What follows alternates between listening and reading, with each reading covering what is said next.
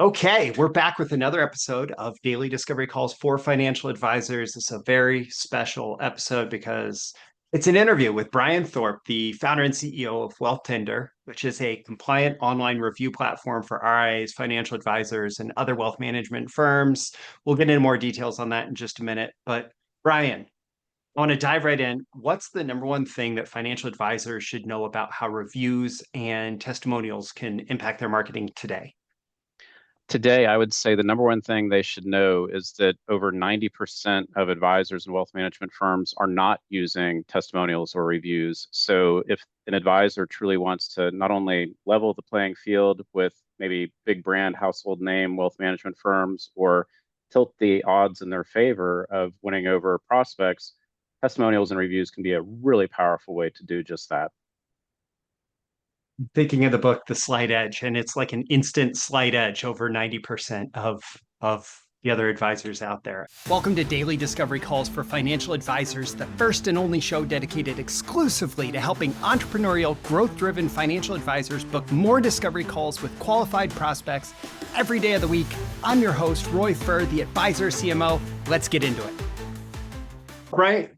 I'm going to dive into your bio here for just a second, and we'll try and keep it quick. But Brian is the founder and CEO of Wealthtender. It's an online content and financial advisor reviews platform that helps 500,000 Americans and growing make smarter money management choices every year.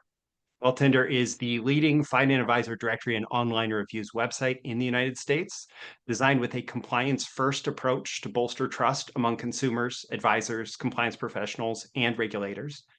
Over 600 financial advisors and wealth management firms partner with Wealthtender to convert more prospects into clients with digital marketing benefits, including search engine optimization, AI answer engine optimization. We're going to talk about those, increasing visibility in zero-click searches. That's important today here in 2025, generating leads aligned with their ideal client profile, and collecting online reviews with the industry's first testimonial marketing platform designed for SEC and FINRA compliance.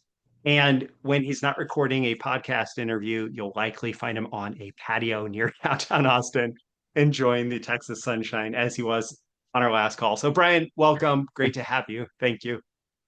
My pleasure. Thank you again, Roy. I really appreciate the opportunity. You bet. So Brian, I want to start with that one quick important question about compliance. Your platform is built to be SEC and FINRA compliant.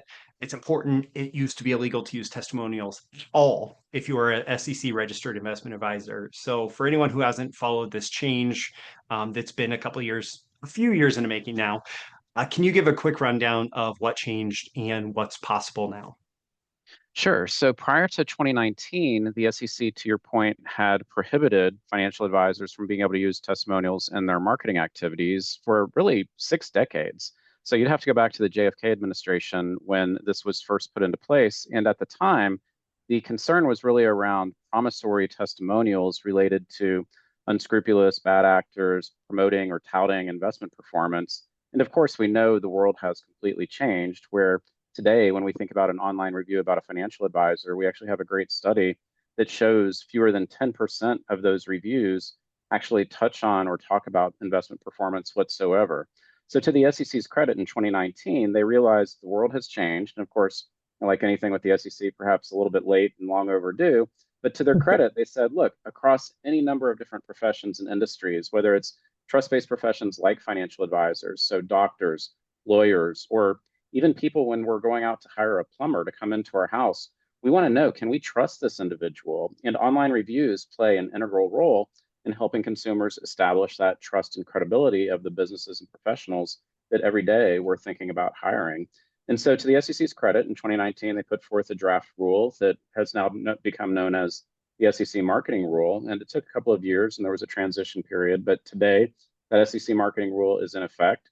And for those advisors or registered representatives who are regulated by FINRA, the good news is that this testimonial rule essentially falls well both under the SEC and FINRA umbrellas. So there is absolutely a very compliant way now, and we'll talk about that through our conversation, to be able to transparently provide the disclosures that are required and follow the steps that are needed for advisors and wealth management firms to now finally be able to unlock the voices of the millions of clients they have around the country that have wonderful things to say about their advisors. And ultimately, the goal is that that feedback is helping prospective clients better understand and feel more confident about their intentions to hire a particular advisor based on what they get to now read online. Awesome. I think that is a great quick breakdown and exactly what I was looking for. So at that point, you were a little over 2 decades into your career in financial services, as I understand, and you pivoted and were one of the first to say, all right, let's actually build something that is built to help advisors in the context of this marketing rule.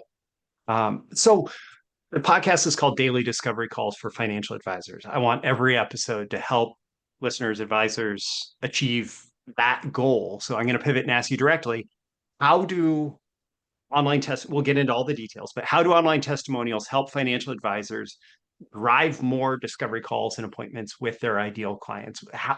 What is the power of the testimonial?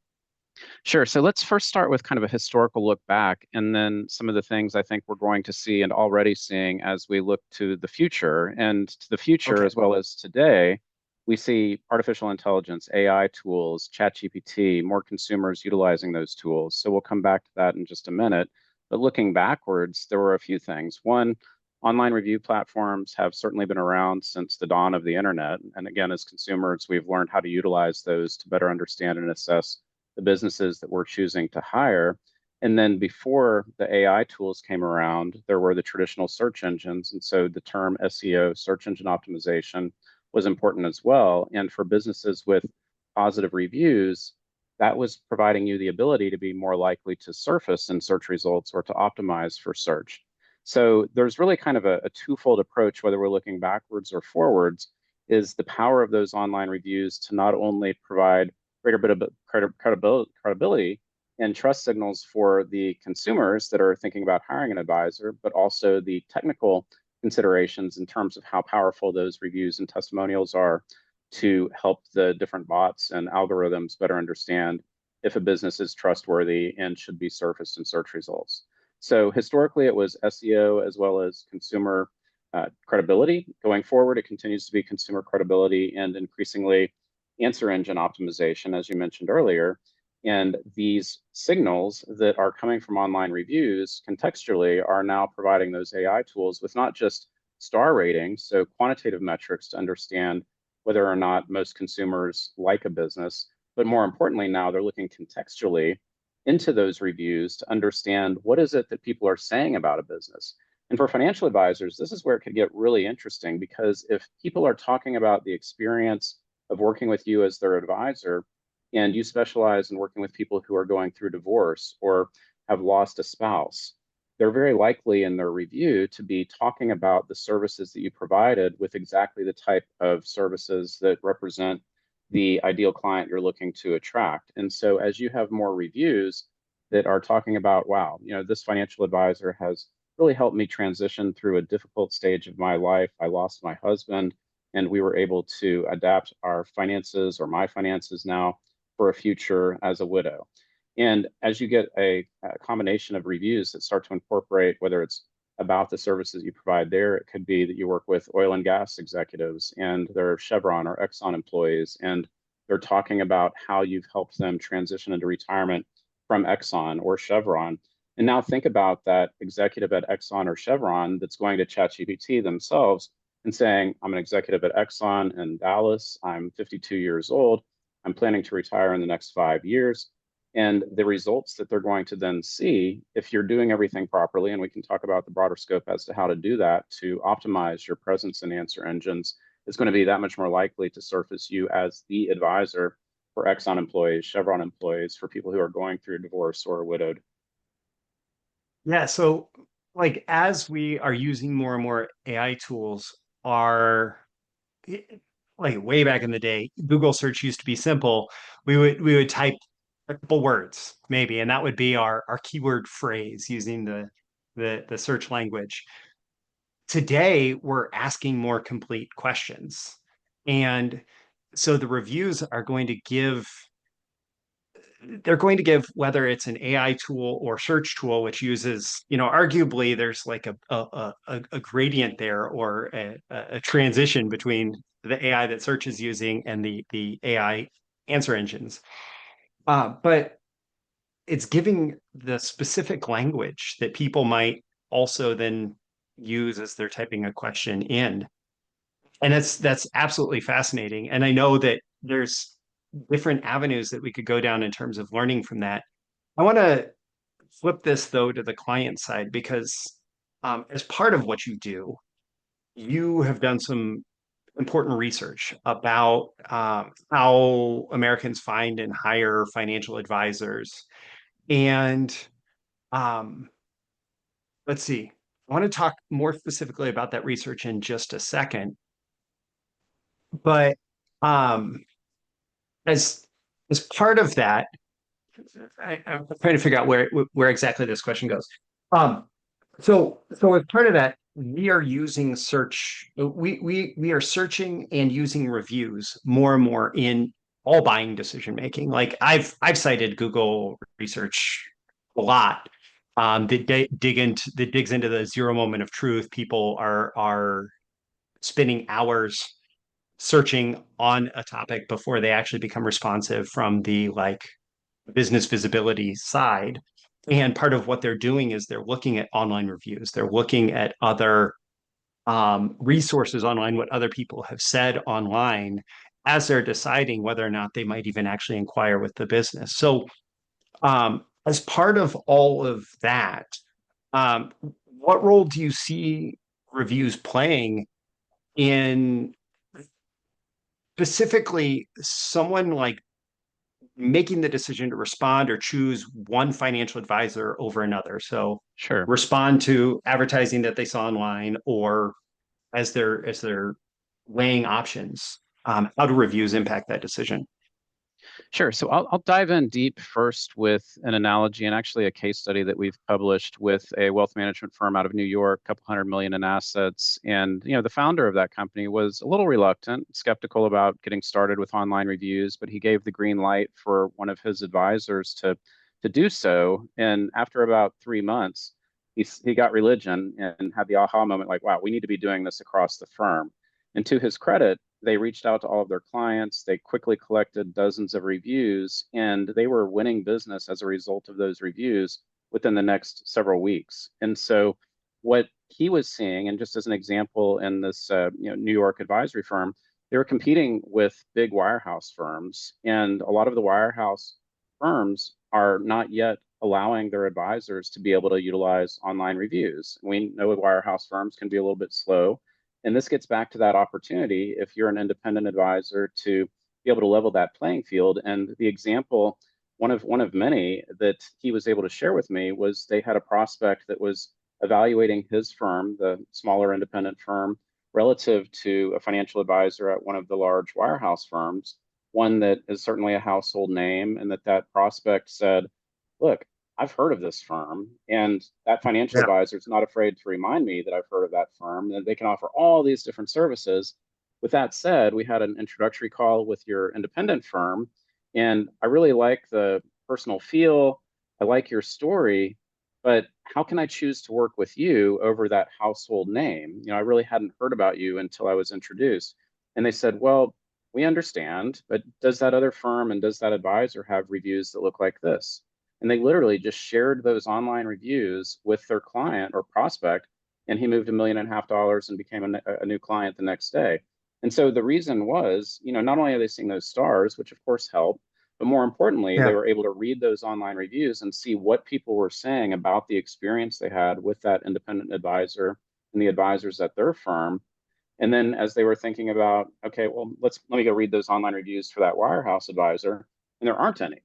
So now that's doing a couple of things. Like, not only is there not that story or those short stories submitted by clients sharing their experience, but now that prospect is Yeah. also asking themselves like, well, why is it, wirehouse advisor, that your firm won't let you invite your clients to write reviews? Because that puts up all sorts of questions as to why you wouldn't be allowed to let your clients share their thoughts online. And so we're seeing a number of examples like that, as well as dialing it back out at a higher level. Same firm actually, Once they had those reviews online, they had prospects that were reaching out that were doing searches, whether it was through Google or a tool like ChatGPT, and finding those reviews. And that was the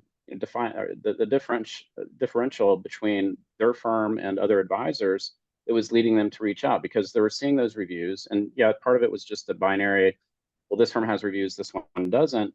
But again, more importantly, the context. What are people saying within those reviews that's providing that greater comfort level and confidence among consumers to pick up the phone or click through to set up that introductory call, because they now just don't see a website where an advisor is talking about the services that they offer themselves and talking the talk. They're now seeing how the advisor's clients are essentially saying, yes, this advisor walks the walk, and seeing specifically not only how those clients have benefited from their services, but very likely starting to see within those stories that are being shared things that resonate with them, because they're like, wow, this particular story, this particular review really resonates with my circumstances or my situation. And so there's a number of different examples like that that we've been really excited to see the advisors being able to convert more prospects into clients as a result of their reviews. Coming from the marketing side, outside of financial services, inside of financial services, one of the most important things that you can do in your marketing is have someone have the quick recognition that this person helps not just people, right, with this problem, but this person helps people like me with this problem. And so the more reviews that you have out there, the more likely it is that someone is going to be going through those reviews and maybe have it surface through something like ChatGPT, um, where they'll say, "Oh my goodness, this person has helped people just like me." Uh, you know, uh, Divorced women who are on the verge of retirement with less than with slightly under $1 million in investments, who want to make sure that I don't run out of money, but also I can support the causes that I care about, right? Like, and it's like, oh my goodness, here's a story of that person. Yeah, I love that. absolutely. Yeah. So uh you did this deep dive research. You gave some good examples from a specific firm, right, about how reviews were impacting their new client's decision-making process to move to them. In your research, can you tell more about that research, what you did, how you came up with the data, and then like some of the major takeaways from it was a survey, some of the major takeaways from the survey that help us understand how Americans find and hire financial advisors? Absolutely. So it's something we'd been looking to do for quite some time, and we partnered with a national survey company where we, in the month of July 2025, reached out to about 500 mass affluent households with household income annually over 100,000.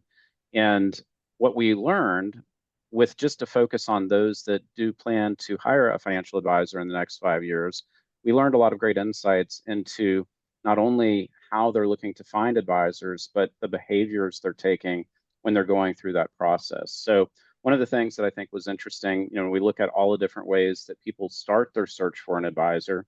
It's still well over 50% that are going to go to Google, and already 25% saying they're looking to use tools like ChatGPT. So that, to me, I think we all know which direction that's only going to go, in one Yeah. direction. Now, with that said, there are still a lot of people, and the majority of people who responded, that they would start with a personal referral or a referral from somebody in their professional network.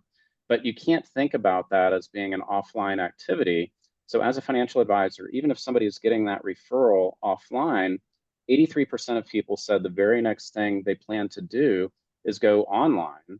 And the very first thing that they plan to do when they're online is to look to see if that advisor has online reviews, because that referral is the opinion of one person, and people want to go online to see, well, that's great, what do other people have to say about this advisor as well?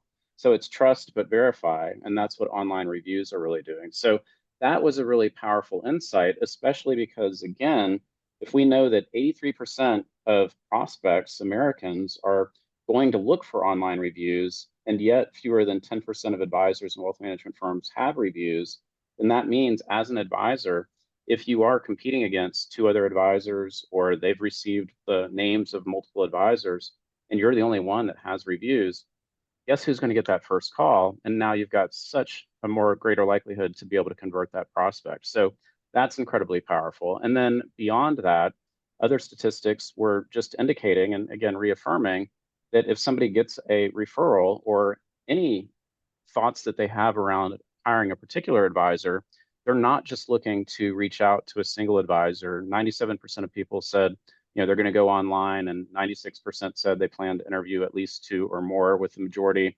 saying they plan to interview at least three advisors. And so, as an advisor, a lot of what that survey told us is that you need to have a strong online presence. Absolutely, if you can have online reviews, you need to take advantage of that opportunity.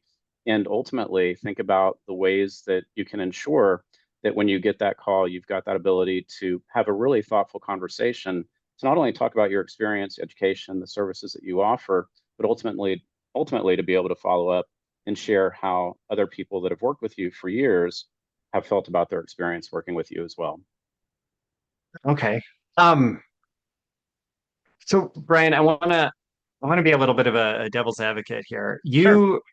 You have this great like fiduciary mindset and great compliant mindset in how you promote Wealthtender, and you're not here hawking Wealthtender as a platform hard.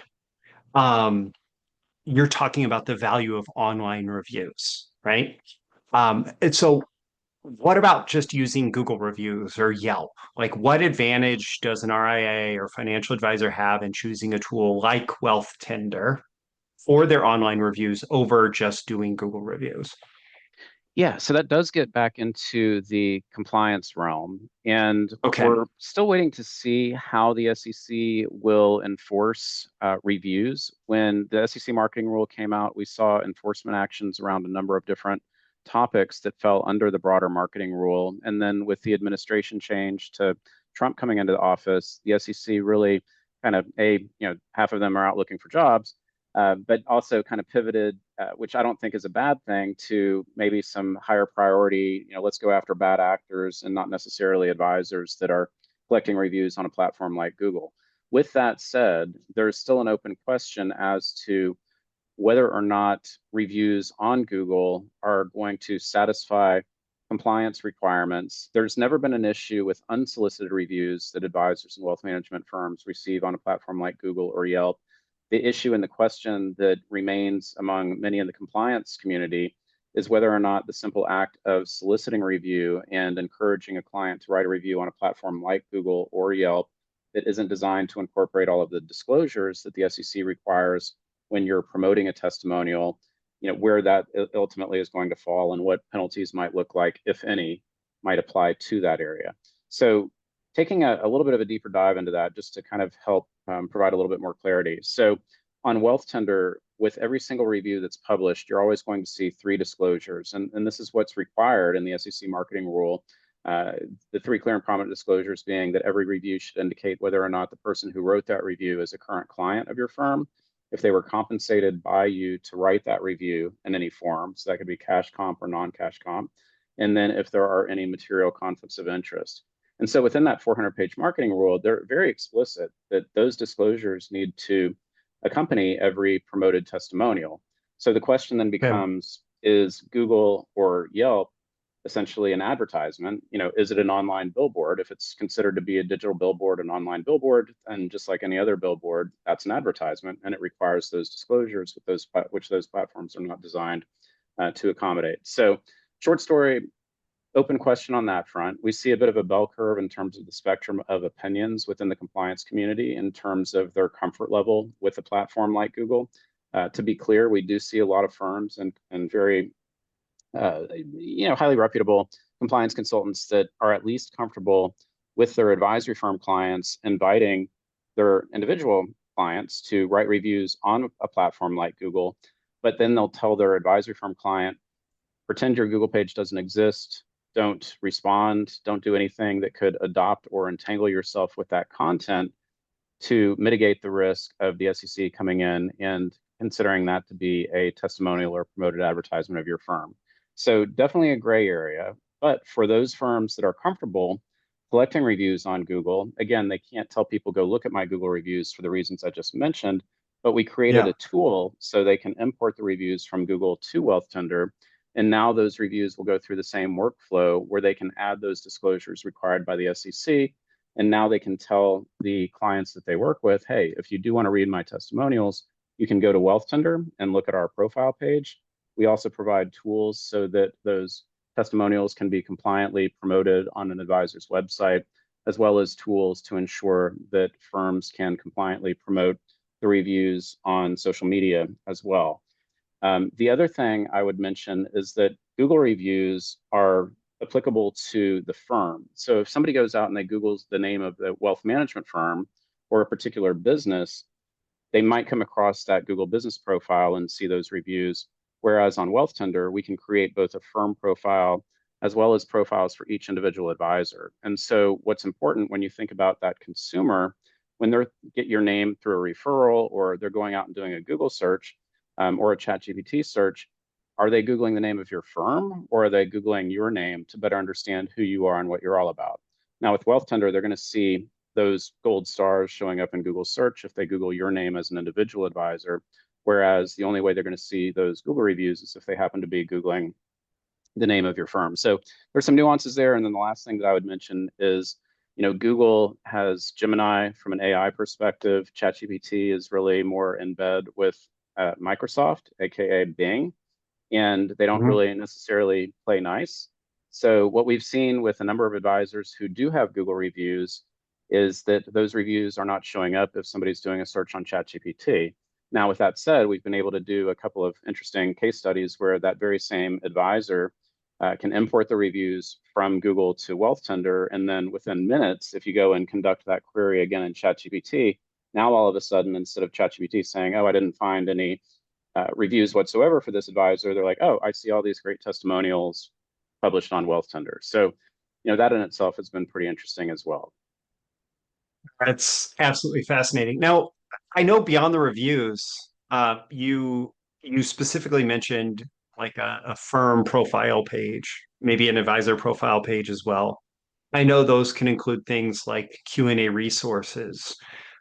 So what does that look like on, let's say, a platform like Wealthtender versus the Google reviews as well, as an extension to that last question?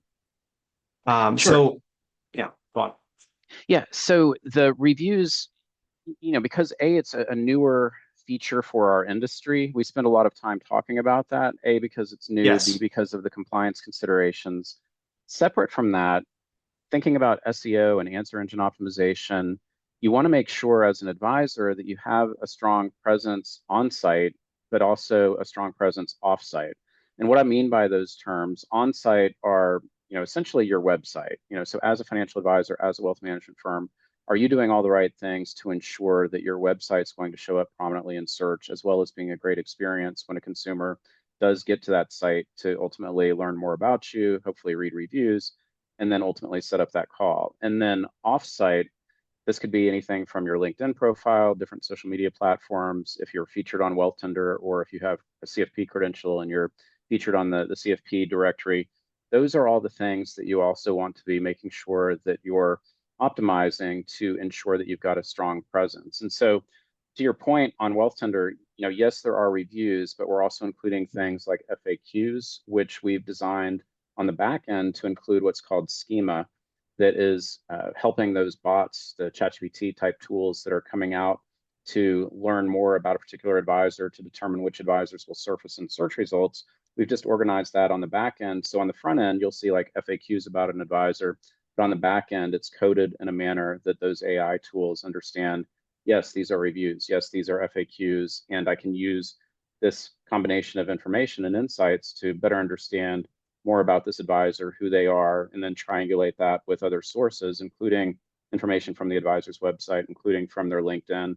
And so it is important as an advisor to ensure you've got consistency across all of those different platforms, and that it's not just reviews, it's your credentials, it's your address.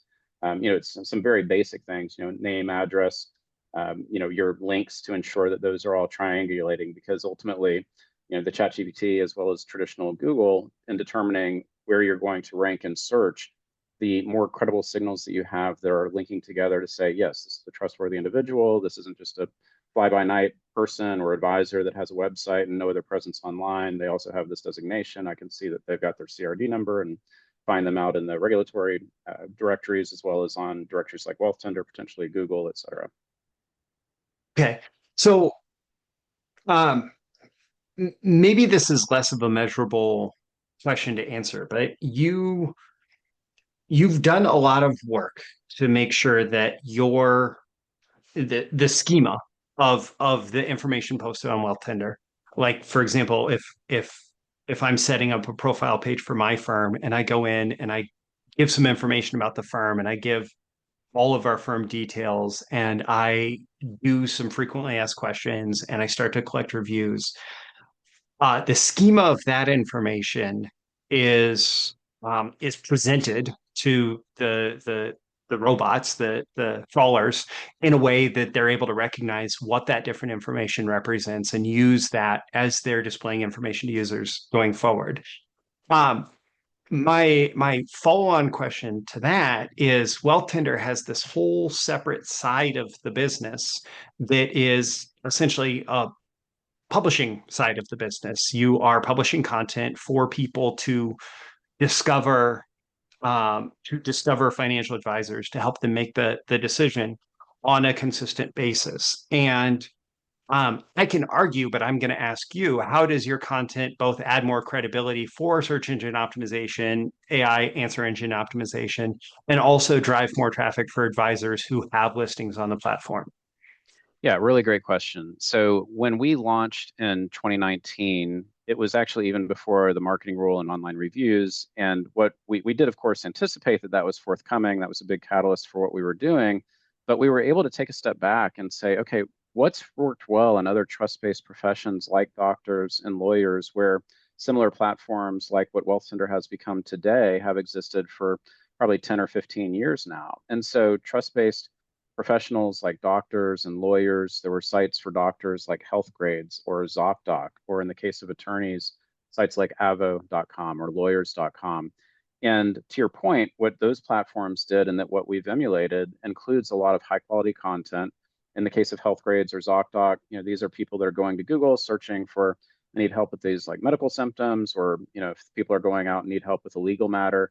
A lot of times they'll end on those particular professional directories and sites that have a lot of great relevant educational content. And then from that content, they're directing people to the doctors and lawyers that are well suited to help the individuals with their particular needs. So we really just emulated best practices that we found in those other professions, recognizing that until the SEC marketing rule came around in our space, nobody had been able to really replicate that type of a platform. And so that was the kind of origin of how we designed the platform. And then to better answer your question, it's that content that we've been putting out and really working on our own SEO activities for the last 6 years that has helped to ensure that we have some of the highest domain authority, which is just kind of a nerdy SEO term historically.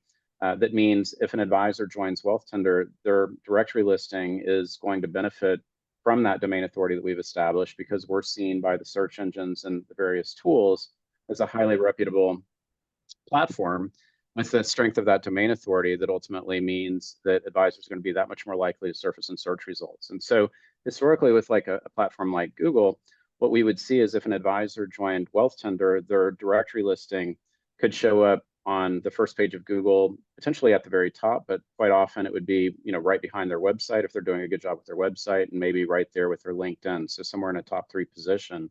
Whereas if there are other directories that they might choose to join, very good chance that they're showing up further down because they lack that domain authority. And so it's that content that we were publishing that ultimately is helping to tell the search engines and the various tools that are out there that, yes, this is just like high quality publication. Of course, we're not like a Newsweek or US News or USA Today, but the fact that we've been around the block for 6 years, the fact that we consistently put out high quality content, that we've done our own work around SEO with reputable websites that are linking back to us, all of that is really providing that foundation that advisors are able to benefit from as well. Okay. Well, that's excellent. And then if an advisor has a listing on Wealthtender, How does that end up showing up if someone is, or does it end up showing up if someone is engaging with the editorial side of Wealthtender? I don't really know the answer to that question, so yeah. Yeah, and so what we've really tried to do is, where possible and where it makes sense, leverage that editorial content to introduce consumers that are reading one of these articles to get to know the advisors that specialize in those particular areas. So, as an example, a lot of the content that we publish on the editorial side, some of which could be around, general education, how to make smarter moves with your 401k plan, or what is a 529 plan.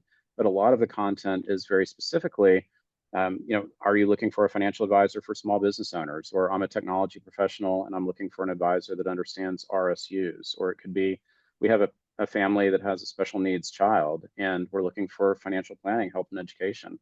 And you can think about how each of those articles now provide us with the opportunity to feature the advisors within them that specialize in those areas. So when an advisor joins Wealthtender, the first thing we'll do is create that profile page, which is kind of that overall business card, calling card, where you can read more about them, their firm, read their reviews, the FAQs. But then we also invite them to participate in different category guides or specialist directories that we have that include a lot of that content and articles, where if you are an advisor that works with special needs families or technology professionals or even large employers, we can make sure that you're getting visibility in any number of those different areas. Okay. And that again is going to feed back into things like search engine optimization, Yeah, AI. absolutely. And in fact, a great example of that, what we're increasingly seeing as consumers are being more specific in their searches, as you mentioned on ChatGPT, before they even type a question, they might start with a paragraph to provide background to ChatGPT as to who they are and what they're interested in. So what we're seeing are people saying, I work at Amgen. I'm an executive at Amgen. I'm 52 years old. I live in Santa Monica. I'm planning to retire in the next 5 years, and I'm looking for a financial advisor that really understands more about Amgen's employee benefits and how to help people here. And if you were to go to ChatGPT and say, I'm looking for a financial advisor for Amgen employees, the first advisors that show up are going to be those that are featured in a relevant resource on Wealthtender. And the reason why ChatGPT is pulling that information in is partly because of the strength of that domain authority we've established over the last several years, and because they know, the bots know that Wealthtender is a platform that surfaces a lot of great information about financial advisors. So it becomes a destination to help advisors gain greater visibility. And of course, the important thing is that advisors have consistent messaging on their website that reinforces, yes, if they said they specialize in working with Amgen employees and a resource on Wealthtender, it's important as an advisor that you're doing that on your website as well. But you can start again to see how doing that, maybe triangulating with your social media to talk about how you serve that particular demographic. All of those are sending signals to the bots and the ChatGPT type tools to make it that much more likely that you're going to be the advisor that gets surfaced for that particular type of query, which is great because that's probably the ideal type of client that you're looking to attract. That's perfect. Now, I want to go back to reviews. I have two specific kind of like negative emotional experience or negative emotional reactions to Sure. using reviews that I want to speak to really quick. And then I just want to talk a little bit more about Wealthtender experience. But I don't want to miss these two questions about the reviews. One is for I remember being in e-commerce in the early 2000s, and we were watching what was happening at Amazon and how it was just gigantic, and nobody was growing it anywhere near the pace. And the company that I was working for was selling internally produced IT training videos. And we saw Amazon and we had this conversation like, okay, Amazon, we know reviews are important to what's going on at Amazon. We see them offering these star reviews, and it wasn't very common at that point for people to have reviews on their site generally. We saw what was going on. We said, should we use this? And the owner of the company was saying, I don't want the negative reviews that would happen if we had some kind of unfiltered review mechanism on our site. So, to advisors or RIA owners or compliance departments or whoever might be worried about this, What's your response to like opening up the review functionality? Sure. So, to start from a regulatory perspective, it is important when an advisory firm first reaches out to their clients to invite them to write reviews that they're really reaching out to all current clients because the SEC and its marketing rule says they don't want firms cherry picking who they invite to write a review. So, of course, we encourage that. And to your point, that certainly has been part of the hesitation, trepidation among firms to get started, some of whom are worried about getting a negative review. With that said, we can now flash forward because it's been years since the rule has been implemented. And we did another study earlier this year in May where we looked at 2,500 reviews that had come in across 200 firms over the last couple of years through Wealthtender. And a few things to note: people love their financial advisors. It's extraordinarily rare that an advisor gets a negative review. Literally over 99% of all reviews are 5 stars. And of course, that's partly because these are clients, current clients that are being invited to write a review, probably don't want to bite the hand that feeds them. So, there is some unique nature of this profession. But I think one of the other things that's really important about our profession that mitigates that risk of negative reviews is that this isn't a transactional business. And by that, I mean, even if we think about other trust-based professions like doctors or lawyers, you might be a really good attorney and you represented your client well in a particular case and maybe did the absolute best, but you still lost the case. You're probably not going to get a 5 star review, even though you did an absolutely incredible job, because that review is an opportunity for somebody to vent and say, oh, they lost my case. And doctors aren't gods, so a doctor may get a negative review because of an unfortunate event. They did their best to try and save somebody, and the outcome wasn't what the family understandably expected, and so you get a negative review. So that's what I mean by transactional. In the case of financial advisors, the relationships often span decades, if not several years, and it's very unlikely that somebody has such a negative experience, and especially if they're a current client, that they're going to reach out and say, I've got something really negative to say. And the other thing I would say is, for any advisor or firm that's reluctant to get started proactively asking for reviews, given everything that I just said, knowing all those reviews are going to be positive, keep in mind, if somebody wants to write you a negative review, they can do that yesterday, they can do that tomorrow, they can do it on Google, they can do it on Yelp. So if it does happen, it's going to happen. The only way that you can really combat that is to be proactive. And of course, the vast majority of advisors are doing an incredible job. That's what we see from all of the clients that have positive things to say. So would encourage firms, if that is the hesitation, to not feel that that there is really a concern there. Now, with that said, have there been negative reviews? Yes. Is it the end of the world? No. We've seen a couple of advisors that come to mind, I think two, that had two-star, that each had 1 2-star review. Life goes on, and if you do have a friend that's a doctor or a lawyer, they're going to all, for the reasons that I mentioned, have negative reviews, and they're going to say, don't worry about it. It just happens.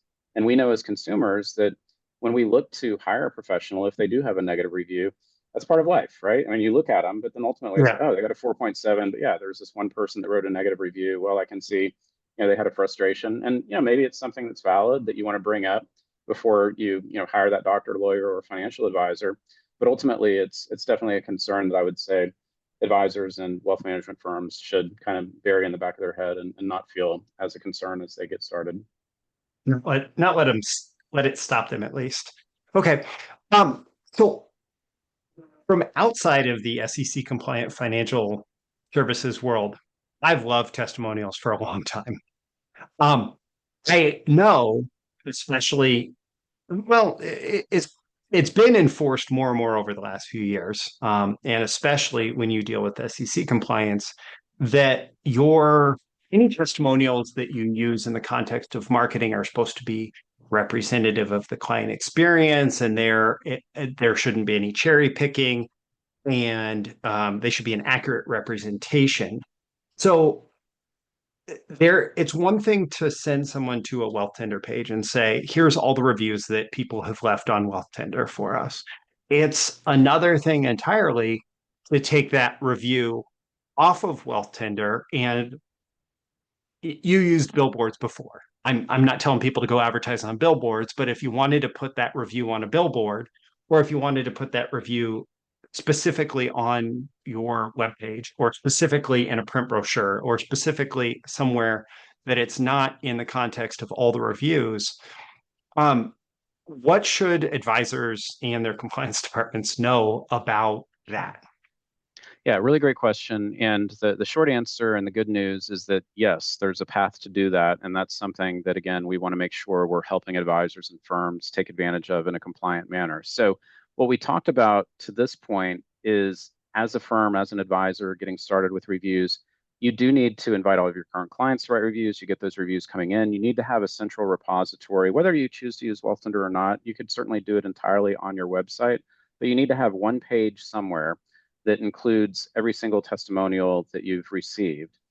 Once you have that as kind of that source of truth that you can always direct people to, the SEC says, yes, we know there are things like social media where you don't have a lot of real estate. And if you do want to promote a single testimonial, we're going to provide you a path to do that. If you want to put it on a billboard, there is a path to do that. If you want to highlight on your homepage of your website selectively 2 or 3 testimonials, you can do that. What the SEC says in any of those instances, if you're not presenting all of your reviews in one place, you need to add a couple of additional disclosures. One, simply indicating that the selected review or reviews are not representative, and then also providing a link to a location where that consumer can go and read that comprehensive list of reviews or testimonials that you've received. So to the SEC's credit, it's really as simple as that. Have that location where all of your reviews exist. And then when you do choose to highlight or curate and just emphasize one review or a handful of reviews, make sure you have those additional disclosures. So you're still going to need to indicate if that review or the curated testimonials were written by current clients or not, if they were compensated or not, if there were any conflicts of interest, and then just simply adding these views are not representative. For a more complete list of testimonials, please click here. It seems very straightforward. And I know as part of the Wealthtender service, that's something that is available for people to at least have boilerplate that they can run through their own compliance um, to to to use. Um, you know, I want to like we're kind of in the final innings of this conversation. I was looking back at the Kitces report, the most recent marketing study that they've released, and as far as specific directory and review platforms, Wealthtender was the highest in terms of usage in industry specific. So, not including Google reviews and Yelp that people are using. But they were saying that having well, okay, so they said that directories are one of the 2 most underrated marketing tactics alongside cold calling in the financial advisory world. Directories like Wealthtender have an average cost of acquiring a customer of $634, and I'm putting this in quotes, the lowest of any tactic by a large margin. Plus, they had the highest marketing efficiency, which is your new client revenue divided by the cost of 3.4, which was more than double the closest competitor. And so it's very affordable. It is a well-proven marketing tactic, and I think that there's so many other benefits that aren't even measured in that. So I want to put a huge note of appreciation at this point in the interview for Wealthtender and sites like Wealthtender, but Wealthtender is a very good execution of that. Um, so if someone is saying, okay, I'm buying into the reviews aspect, I'm buying into the fact that you built this from the ground up to be compliant from the SEC and FINRA perspectives. I'm buying into this isn't just about reviews. This is, this opportunity to be listed in this directory and get the search traffic that you're bringing through the door. Um, what's the typical process that an individual advisor or a firm would use getting set up on a platform like Wealthtender and starting to, one, collect reviews and um, to build out their profile and doing it all in a compliant way? So what's that typical process look like?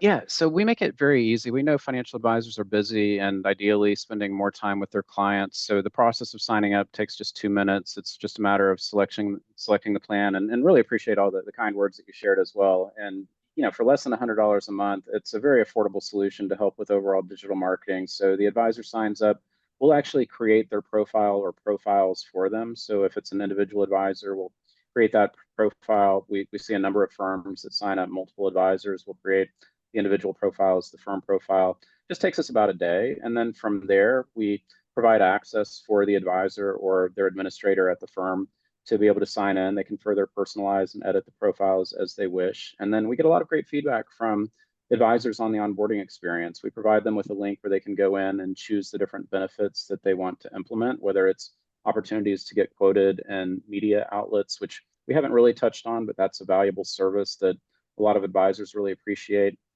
Also, the opportunity to get featured in those different specialist guides. So as we mentioned, if they work with technology professionals, business owners, special needs, any number, dozens and dozens of different areas, as well as potentially looking to attract employees at particular firms. And then from there, there's a little bit of a lift if they are interested in participating in Q&A articles that we publish on Wealthtender. But even there, we've already done the keyword research on the questions, typical questions that employees at particular firms might be asking. So really just teeing that up to the advisor, getting them to provide responses, and then we'll go and create that published resource. But the short answer to your question is, with us doing a lot of that heavy lifting and providing all the tools, checklists, templates to get started, as it pertains to online reviews, there's of course the boxes that you want to check.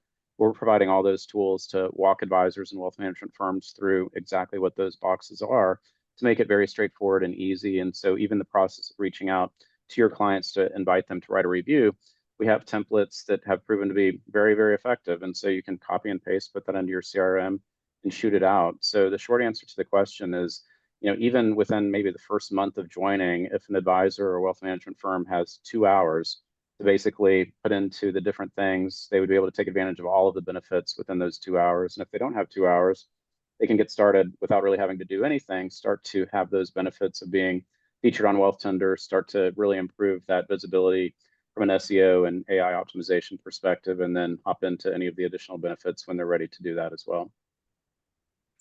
Well, the last question before I point people towards the additional resources from you, I'm going to say, Wealthtender, any site like this, it's not a magic wand. Everyone's experience is different, and as with investments, there's no guarantee of any future outcomes, right? But I can tell you with like podcasting or watching a YouTube channel, often there's like a 6-month to 12-month ramp up period before you're really going to start to see the kind of traction from that consistent creation of content. With a site like Wealthtender, do you have any specific expectations of what maybe the average experience might be for someone who does sign up and they put in the couple hours? Maybe they decide, okay, I'm going to prioritize this week. I'm going to put in a couple hours to get this set up right. Um, any expectation for when and how they might start to see an impact? Yeah, so immediately, within a day of having that Wealthtender profile created, if the advisor goes and Googles himself or goes to ChatGPT, they're going to see the content showing up prominently, whether it's on Google, being one of the top rankings. So helping better control what it is that prospects see. And then if it's on ChatGPT, that information being pulled in and potentially helping you rank even higher or surface in more answers because you have now that added credibility and trust that you're creating across all the different algorithms to say, okay, clearly this is a reputable individual. We can see they've got a good website, they've got their LinkedIn presence, they're on Wealthtender. Okay, great. And then those reviews can really be so much more impactful because not only can that drive potential, top of funnel, people saying, oh yes, I want to work with this advisor because I can read these reviews, but also fattening the funnel. So now that you have those reviews, whatever your funnel looks like, however you're getting individuals into it, you're likely going to be able to convert a higher percentage right away once you have even a handful of reviews. Because again, with so few advisors having reviews, that opportunity for you, if you are competing with 2 other advisors, to get those prospects coming through your funnel all the way to becoming a client is that much more likely. Beyond that, I would say, this is something we offer monthly subscriptions. There's no commitment, but that's not because we're suggesting sign up in a month and, you can cancel after a month and it's going to have done all these great things for you. It is something that takes time, generally speaking, but anecdotally, there are advisors that have been like, wow, I had somebody reach out to me the very first day.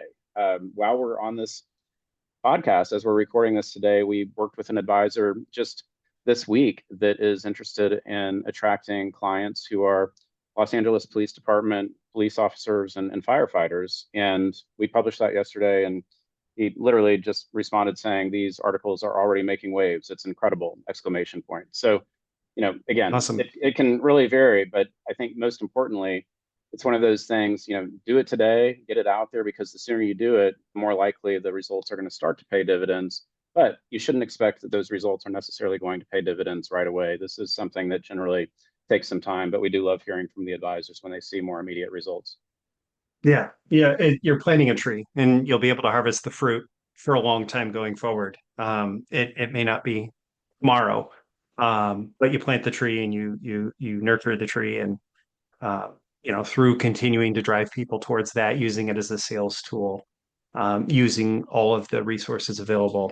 And yeah, I see the potential. I love it. That's why you're here. That's why we're having this conversation. So really quickly, in wrapping up this episode, I'm going to make sure that there are links to 3 specific links, additional resources that you've made available. Thank you very much. One is just more information on Wealthtender as a financial advisor marketing platform, which includes the reviews, which includes the directory listing. And so I will link directly to that page where advisors and RIAs can get more information about that. Number 2, whether or not you ever sign up for Wealthtender, there is a study that we mentioned earlier where I'm going to read the article title because it's a good one. 2025 study reveals how Americans find and hire financial advisors. So it helps advisors and RIA firm owners know how Americans are making that decision. And, I believe that one of the most important jobs in sales and marketing is to help people through that buying decision-making process. And this explains at least part of how that process works. And the third resource that answers a lot of the questions, including talking about compliance, for the appropriate ways to roll out testimonial marketing, is your testimonial marketing playbook for financial advisors and wealth management firms. I'll link to that as well. You're not even asking for an email address. You said I could gate the content, but I'd rather just have people have it and they can reach out and find us if they want more.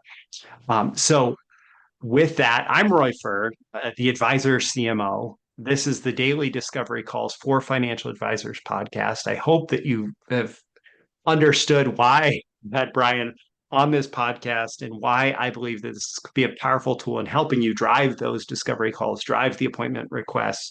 This is Brian Thorp from Wealthtender. Brian, thank you very much for being on the show today. The pleasure was mine, Roy. Thank you. All right, thank you, and I'll see you again in the next episode. See you soon. Thanks for tuning into this episode of Daily Discovery Calls for Financial Advisors. If you got value from this episode, I'd absolutely love it if you do me the favor of sharing it with one other person who you think would also find it valuable. It's how the show can grow and how I can keep bringing this value to you. And if you want to learn more about how you can book more discovery calls with your ideal clients, go to theadvisorcmo.com/podcast.